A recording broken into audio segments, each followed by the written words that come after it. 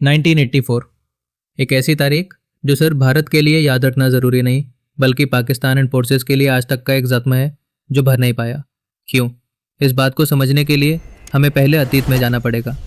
आज़ादी के तुरंत बाद पाकिस्तान ने भारत से जम्मू एंड कश्मीर छीनने के लिए युद्ध शुरू किया। ये जंग 14 महीने तक चली और आखिरकार यूनाइटेड नेशंस ने युद्ध विराम करवाया। दक्षिण से लेकर एक बिंदु तक जो उत्तर में NJ 9842 के नाम से जाना जाता है। मुझे लगता है आप में से ज़्यादातर लोग इस आखिरी लाइन को समझ नहीं पाए और सच कहूँ तो यूनाइटेड नेशंस भी नहीं समझा। उन्हें बुलाया गया था स्थिति को कम करने के लिए, पर हमेशा की तरह उन्होंने बिल्कुल उल्टा किया। यह NJ 9842 सिर्फ एक ग्रिड कोऑर्डिनेट था जो इंडिया पाकिस्तान के बीच का आखिरी डिमार्केटेड पॉइंट था। 1948 के सीज़फायर के बाद सियाचिन का पहाड़ी क्षेत्र अभी भी किसी के नियंत्रण में नहीं। फिर आया 1971 का युद्ध जिसमें शिमला एग्रीमेंट साइन हुआ, नक्शे फिर से बनाए गए, लेकिन सियाचिन का विवाद अब भी अनरिजॉल्व था। 1977-78 से पाकिस्तान ने एक नई चाल चली। फॉरेन माउंटेनियरिंग एक्सपेडिशंस को अपनी तरफ से सियाचिन पहुंचने का परमिट देना शुरू किया। मोटिव था दुनिया को दिखाना कि ये स्ट्रेटेजिक रीजन पाकिस्तान का है और धीरे धीरे सॉफ्ट इन्फिल्ट्रेशन के जरिए ज़मीन पर कब्जा करना। लेकिन सवाल ये है, सियाचिन दोनों के लिए इतना महत्वपूर्ण क्यों था? भारत के लिए इसका मतलब था POK पर नज़र रखना और पाकिस्तान चाइना के बीच के खतरनाक लिंक को ब्लॉक करना। पाकिस्तान के लिए इसका मतलब था लद्दाख की लाइफलाइन काट देना, और अगर ये होता तो रीजन में एक और राइवल घुस सकता था। 1984 में इंडियन इंटेलिजेंस को पता चला कि पाकिस्तान सल्तोरो रिज पर कब्जा करने का प्लान बना रहा है। सर्दियों से पहले नॉर्दर्न कमांड के लेफ्टिनेंट जनरल ML चीबर ने एक साहसिक निर्णय लिया और ऑपरेशन मेघदूत को मंजूरी मिली।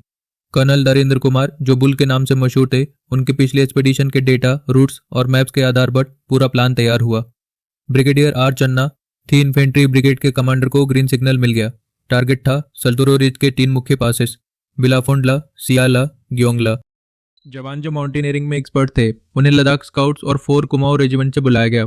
इन सबको स्पेशल ट्रेनिंग मिली हाई ऑल्टीट्यूड वॉरफेयर स्कूल में, वही स्कूल जहाँ US, UK, जर्मनी के सोल्जर्स भी ट्रेन होते हैं। 13 अप्रैल 1984 D-Day। सुबह सुबह पहली बैच, मुख्य रूप से 4 कुमाऊं रेजिमेंट और लद्दाख स्काउट्स को चीटा हेलीकॉप्टर से बिलाफोंडला एयरलिफ्ट किया गया। चॉपर्स की लिमिटेशन की वजह से एक सॉर्टी में सिर्फ 2-3 फुल्ली इक्विप्ड सोल्जर्स ही जा पाते थे। पहली वेव ने पहुंचते ही स्नो ट्रेंचेस खोदी, ऑब्जर्वेशन पोस्ट बनाई और LMGs एंड मोटर्स को पार्ट्स में एयरलिफ्ट करके असेंबल किया। मिड मॉर्निंग तक बिलाफोंडला सिक्योर हो गया। अब नंबर था सियाला का। लद्दाख स्काउट्स को हेलीड्रॉप किया गया और दोपहर तक सियाला भी हमारे कब्जे में था। 14 अप्रैल को इंजीनियर्स और आर्टिलरी डिप्लॉय किए गए। अब भारत अपने बर्फीले किले को फोर्टिफाई कर रहा था।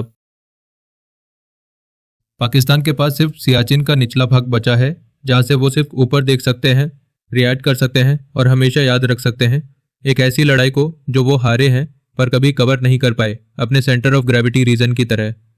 ऑपरेशन मेघदूत भारत की मिलिट्री द्वारा किया गया पहला बड़ा प्रीएम्प्टिव स्ट्राइक था जो एनिमी के ऐड करने से पहले ही एग्जीक्यूट किया गया। इस ऑपरेशन ने एक नया डॉक्ट्रिन जोड़ दिया जो फ्यूचर वॉरफेयर में भी यूज किया जा सकता है। सियाचिन को संभालने की रोजाना कीमत 5 से 7 करोड़ रुपए है, पर असली कीमत 800 से ज्यादा सैनिकों की बलिदान से हुआ है। सियाचिन में अधिकतर मौतें दुश्मन की गोलीबारी से नहीं बल्कि frostbite, avalanches, high altitude pulmonary oedema, severe hypoxia और मेमोरी लॉस से लड़ते हुए हुआ है। इन सब के बावजूद इंडियन आर्मी अंत तक देश की हर इंच जमीन की रक्षा के लिए तैयार है। Justifying the motto of Indian army, सेवा परमो धर्मः। जय